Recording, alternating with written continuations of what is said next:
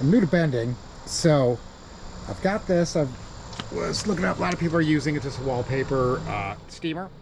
Basically just boils water, pressure gets relieved through this hose. Then I built this box. I've got a thermometer on this side. The hose actually comes through here and goes all the way to that side. So the thermometer is actually the colder side. So every 10 minutes I've been monitoring the temperature. So I had at 6:30 I had 188, and then it went up 190, 192. This is 193, 194. So it's been there for an hour. We're a couple minutes past that. Actually, before I pull the wood out of the box, I just want to show you how I modified the mold from the first run. On the first run, I have my 3 identical pieces made on the CNC that I'm bending around. I made a call on the CNC with the curve, so that sits here. I put 1 clamp here, and then I had to bend down this way and this way, and then I used some of the Big Bessies. When it comes over, it can get on 2 pieces of the wood, put one on the other side, can get on the other 2, and I figured that would hold good. It was a little hard, you gotta do both sides at a time, so I modified this. I added dowel rods. So once I get this in place, I made these guys. They've got a hook that I put in a specific spot for a couple reasons. So once the wood is down and it'll be sticking out here, I could from the top get it in. I gotta get past the call, get on the dowels, and then as I flip this down, it progressively gets closer and closer. And here it'll should temporarily hold it in place without clamps. Second one, it's a different shape because I'm going around a different shape. Same idea, get that in place. Now I have 2 flat surfaces that cover all 3 pieces of the mold. I clamp it here. The way I shaped my cutout, it's not in the way, so clamping, I could move in that direction. So that's how I'm going to do it. I'm not going to be able to explain that while I'm doing it. You really don't have much time from when it comes out of the box until this all has to happen. So I explained it. I got to get a clamp ready for this one.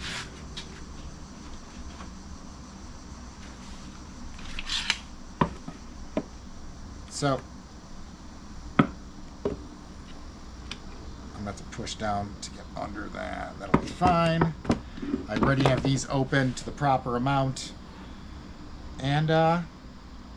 I'm going to cut to actually doing this. Where are my lines? I got lines on here somewhere. It's down, so it's right about there. Where was I from the total bottom? I went to that. In the center from the total bottom, that to the center, so right about there. That took too long.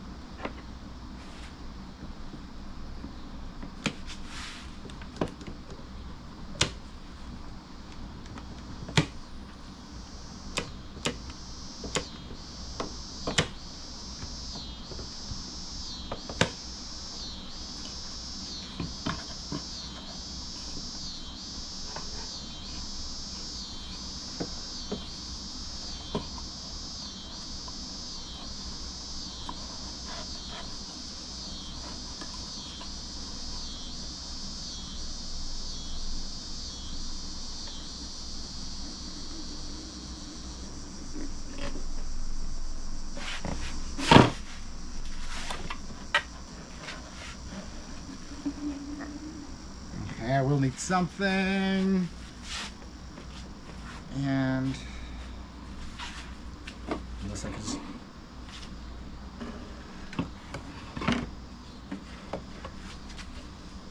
Am I on there? Can you tell me?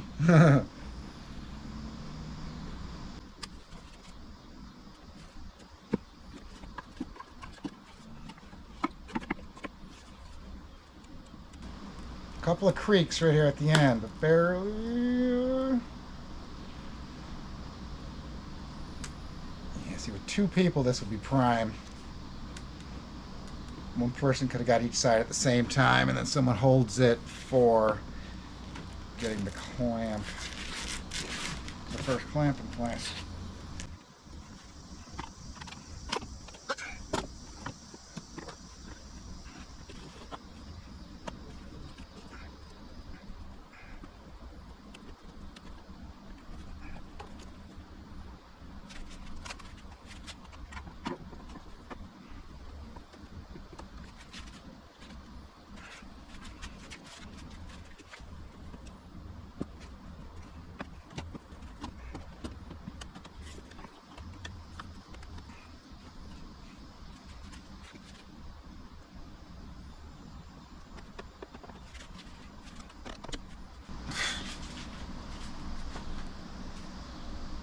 I would say that went really well. That probably looked pretty fucked up, but I'm gonna have to figure out a way to maybe some pins or something to lock these down in place so I don't need to hold these to do the clamps, because I had to hold both of these, the clamp and tighten the clamp all at one time. That was the issue. But the way the design of my whatever you call those things, really worked out. So let's talk about how this went. I did that bend. I'm pretty sure 2 days should be enough in this. It hasn't been a full 48 hours, but it's, you know, we're at like 43, 44, somewhere in that range. I don't remember the exact time that I did it. So the main issues when I was doing this was because of the spring tension here, actually wanted to push upwards, and that's why these lever calls were popping up. So I had to be able to hold spring pressure downwards on both of these, which pretty much takes up 2 hands, and then you got the clamps. So I was using my chest, stomach, something, and arms, and just could have went smoother, but with the flat planes of the 2 calls, everything looks like it bent really well. So I'm happy with that part. So I'm guessing, you know, over time I might go with a different body shape or something like that, and there's certain things where I could just start this whole mold from scratch, do the whole thing on the CNC with devices that work, but I might as well just go through the issues, figure out all the issues, then design a real one. So for now, the simple way, I can get a clamp underneath here, put it here, and just with slight pressure, it'll hold down. I could do the same on the other side. So that'll hold these down before leaving 2 free hands for each of these clamps. Also, at the end, I was pushing down. It was more on this side. I had a gap up here, so I was pushing down and had to hold it there while I was holding both of these down and trying to do the clamp. So by putting a clamp on each side, I could slightly loosen it and allow it to raise up by like 1/8 of an inch, and that'll give a little bit more of a gap behind it. So I could push down, hold with one hand, tighten the clamp with the other hand to hold it in place before getting the big ones. So, yeah, that was supposed to be the short story. Didn't quite go that way. Really am a fan of this monster. I'm not affiliated with Monster Energy in any way, but I just wanted to say. So the next step, basically, I got to take this off the mold and put it into this assembly mold. So that'll go on one side of this. Move my monster.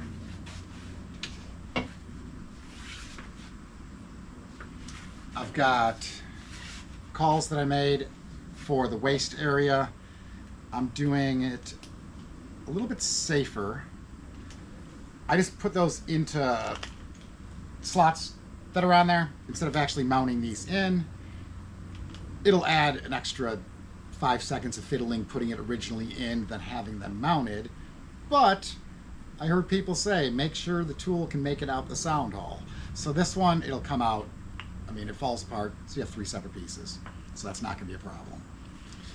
It's only going to cost 5, maybe 10 seconds extra.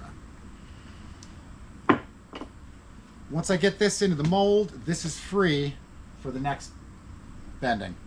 I only made one of these, so pretty much that's the plan.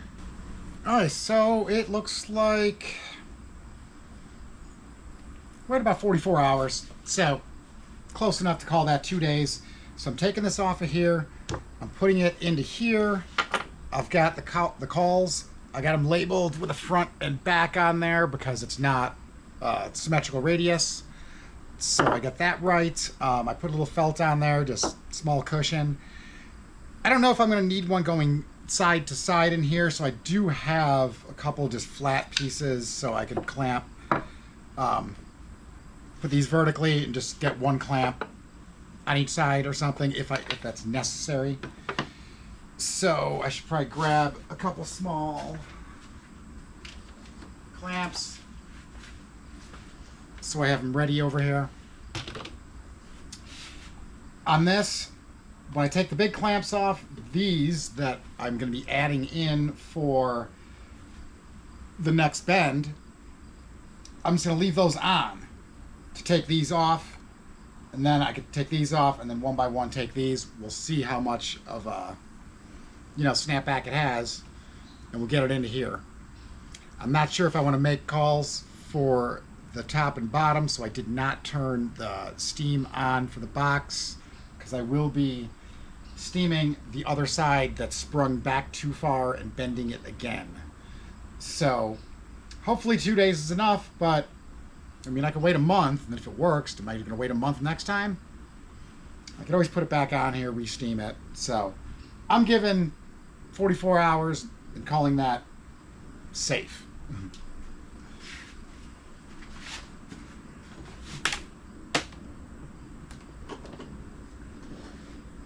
Alright, guys off.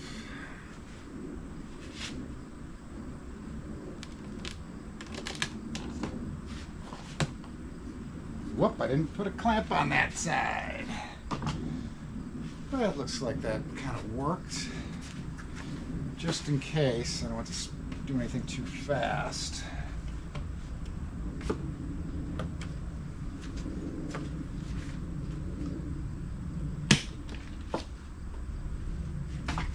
Out.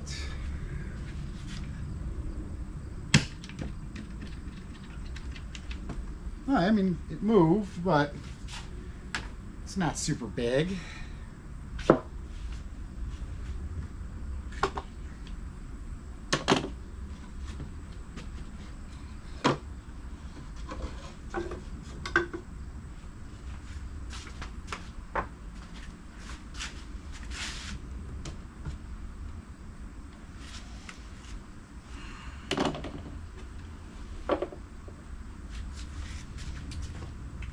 Well, again, this is my first acoustic, but I would say the relax, spring back, whatever we're going to call this, is very acceptable at that amount.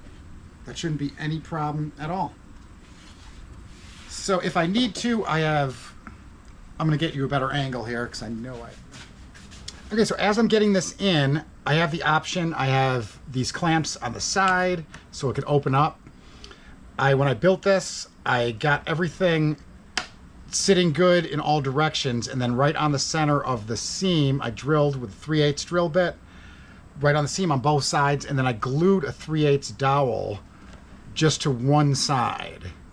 So when this goes in, because it's round, it automatically seats itself. I mean, up and down, you still have a little bit of play, but you could do that. But this, the offset this way, automatically centers itself and lines it up with those. Both sides have it. I'm going to try to put this in without releasing these. I don't think it's going to be a problem. So I'm just going to bam.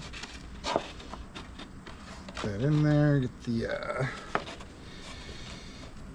It looks like it's about centered right. Now here, again, a couple extra seconds because I got to put these in and they could potentially fall out.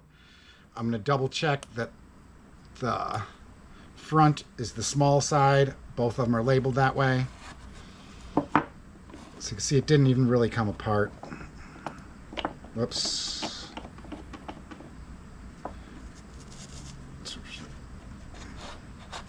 Get this kind of centered in there.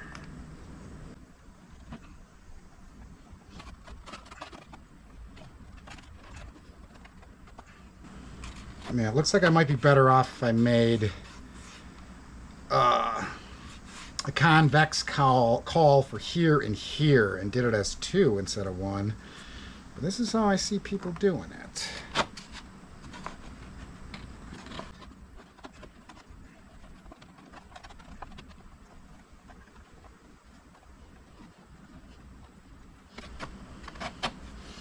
So I think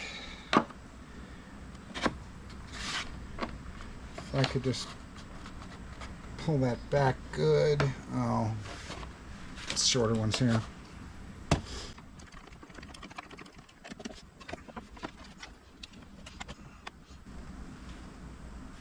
Okay, I was way off on my centering, but that's not really a problem because the amount of cutoff is just going to be minimal here and maximal there. If that's a word, maximal. I'm using it though.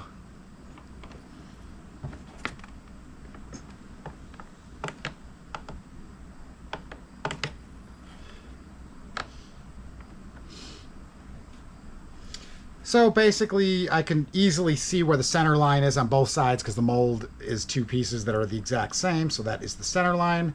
So this is going to get cut off right with it, and right with it, this side I will be on the back cutting off about 1 inch. About here it looks like more than 3 inches, so the minimal cut and the maximal cut. So that all went smooth.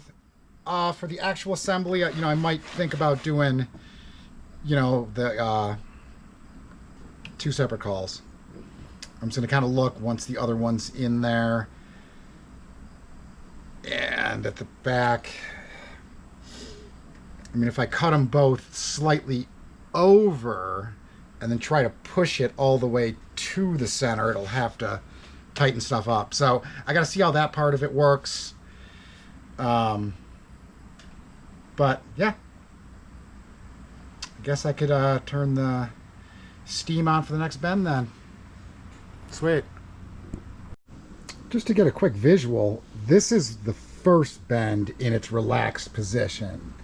And you just saw how, the one I took off was. So this is the one that's getting rebent. You can see, I mean, there's a decent amount of pressure to get both in at the same time. And that would be like a spring on one side of the guitar. So it's got to get rebent. The other one works so well. So this time I'm going to make sure I go the full hour and make this one work as good as the other one. All right, so we just about hit 190 and it is 10 after 5. So I'm going to write that down.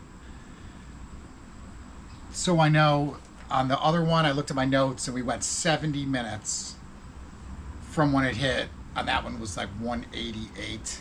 So I'm just under 190. So it's the same temperature, but relatively within a degree or 2. So 70 minutes from now, I could do that. All right, so we're about 5 minutes over an hour. The last one we went 70 minutes, so we're like 5 minutes away. So I got my stuff ready. I've got my extra clamps that I decided to add in on this run to make that easier. My 2 calls. are right over here. I've got my calls ready. I've got the 2 clamps here, the 2 clamps here, my 2 big clamps here.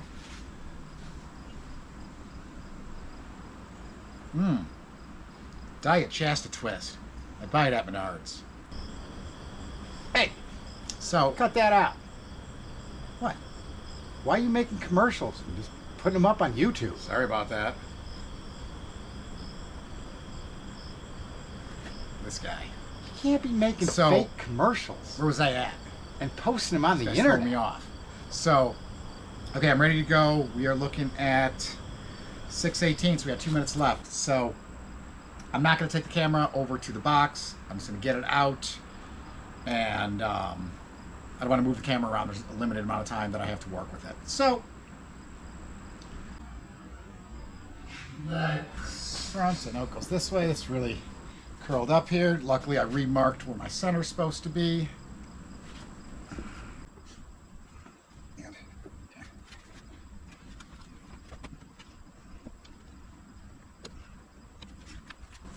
Got the upper side.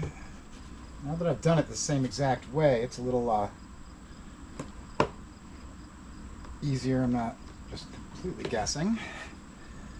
But I'm just going to come down a little bit on each side on this so it goes smooth.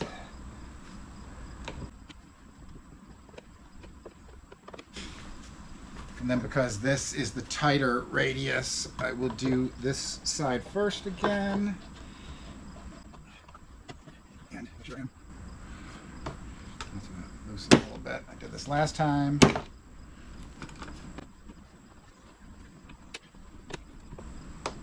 That was just so my overhang, and I'm straight to the mold this way. That's what I adjusted.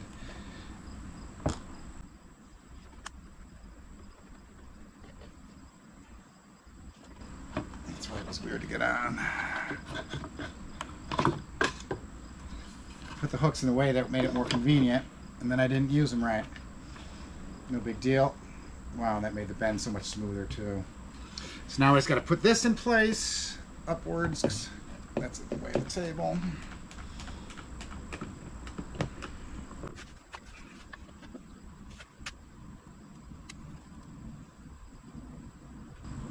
There's just some sounds, so I'm just going real slow.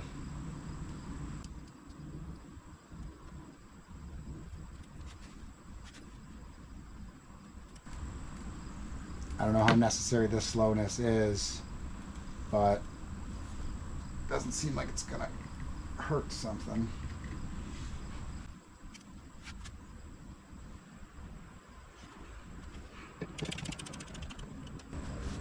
It's kind of funny, I just put these gloves on because the inside of the box is pretty heavy, so when I'm first grabbing the wood, I don't burn myself.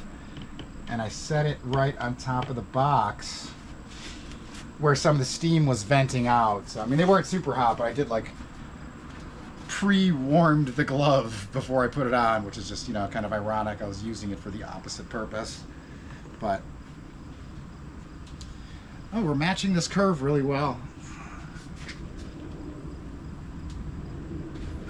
There's maybe a little bit there. One side, but not the other.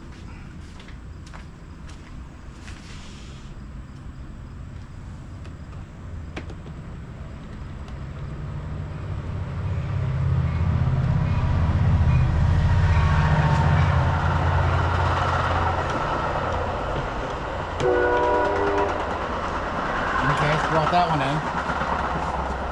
It's nice because when these go down, once you get past the exactly straight, it starts actually even pushing down, adds pressure sideways enough that it holds it like this. I wouldn't rely on that, but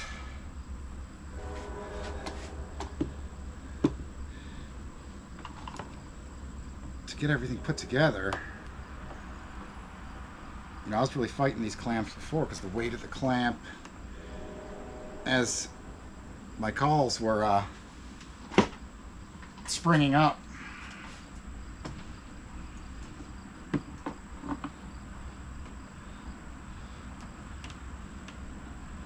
Alright, so yeah, so I think I got a pretty good technique now for the future. So as long as I make another dreadnought. So is that the right word? Is it dreadnought or dreadnought? I think it's dreadnought, but I don't really know. So that's what I call it. Yeah, it's like one of those things, like, there's weird stuff in the English language. Like, you drive on the parkway and you park on the driveway. You know, your feet smell, but your nose runs. And on an acoustic, you have a top and you have a back. But how could you have a top without a bottom? And how could you have a back without a front? But it's a top and a back. Who thunk it?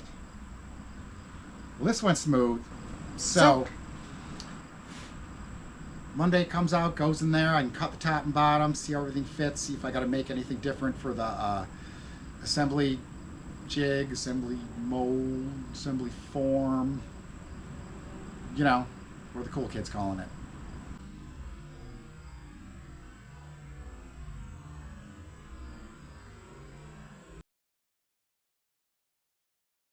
So anyway, while you're here, I'm not doing everything 100% necessarily like in the total order of parts as necessary and putting together because it's all new. So everything's a little guesswork. So I've been kind of making individual parts up to a certain level. So they're like ready kind of for the next step and then they get fitted for that step. But I got to get the sides bent before I could really kind of move on. So I'm just going to show you what I got so far.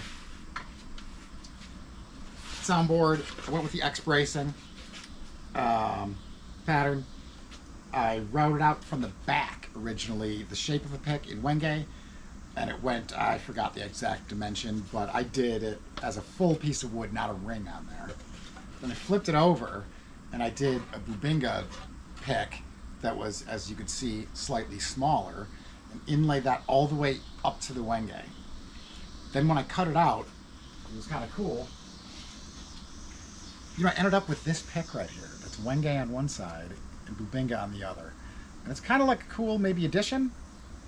I could put this back on the CNC and I could, you know, inlay something in there.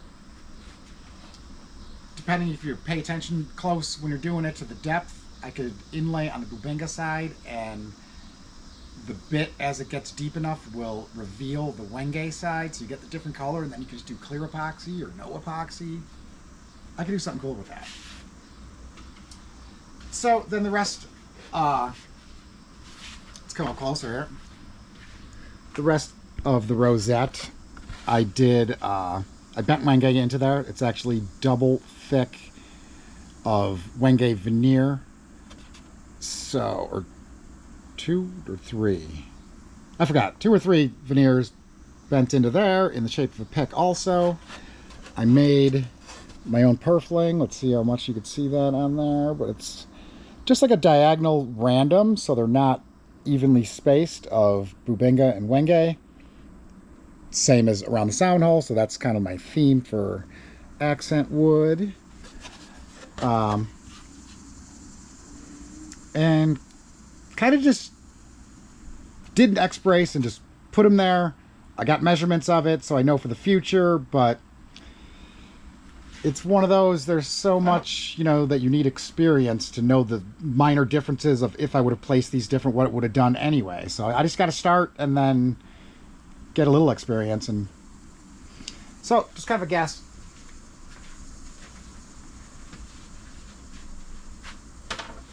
I'm not going to get into exactly how it works, but I made this deflection jig right here. When I bent the first side, I went, it was over a half hour, but it was like 35 minutes maybe, not much more than that. And this one, I went over an hour. I haven't pulled this out of the mold yet, so I don't know what it's going to do, but this one bent a little easier. Also, the jig helped out and stuff like that, so I'm hoping that one doesn't spring back as much. This one, I'm going to re-bend. It'll still fit in there. It'll be kind of tight, but it'll loosen up. And I'm just going to do this for the same amount of time as this one. And the back, I have in the Go Bar deck, I can show you that in a second. But yeah. The neck,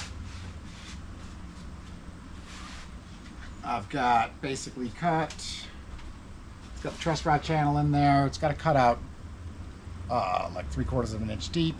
I had to take a piece off the end here to make the headstock wider. It only needed extra on one side. It's got a Bubinga stripe in there that's got a Wenge veneer on each side of it. Went with the scarf joint. And then this will be the fretboard. I went with that same theme of the pick shaped sound hole and did a big pick on the 12th fret. Engraved in there it says the pick. And then small picks for all the other dots. So that's how far that is so far.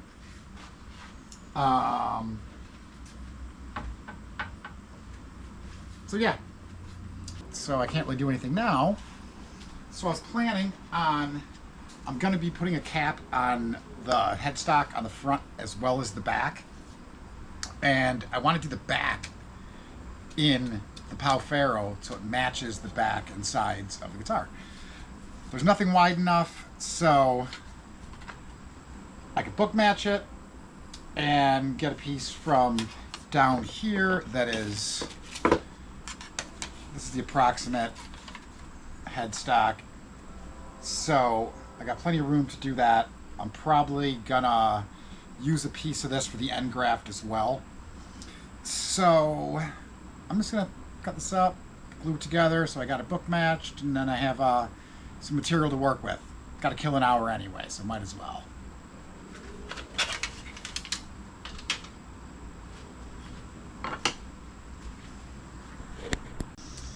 While I was waiting, I book matched this piece of the Pau Ferro that matches the back and sides, like I was saying, for the back of the headstock. So once I cap the front of it, I'm gonna thickness this on the spindle sander, leaving a curve on this end over here, and it'll be the proper size minus the thickness of this. So I'm gonna have to bend this slightly, and the thing that I'm worried about, and I'm not 100% sure here, is I use regular Titebond. So if I put this in the steamer, I think it's gonna come apart. It's not that much of a bend, it's not that wide at that, the point where I need it. So if I do it with just an iron, is it gonna come apart? I don't know. So I'm just gonna have to test that out, hope for the best. But when I go to bend it, I won't be gluing it. So if it doesn't work, I just do something different. So I'm not gonna ruin part of the guitar, I would just ruin this. So that's kind of where that is at. So let me get that out of the way. I've got my calls ready.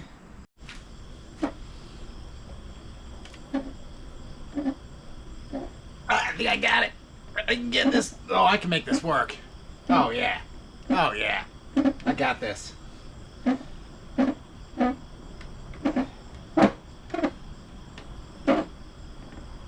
You just got to apply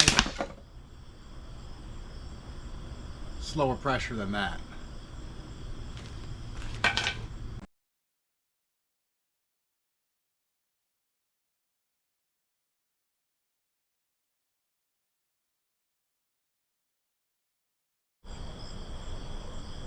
Hey, what are you doing?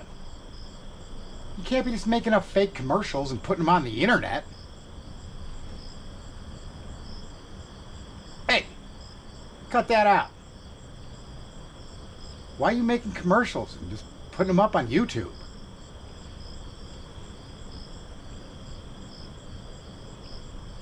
You can't be making fake commercials and posting them on the internet.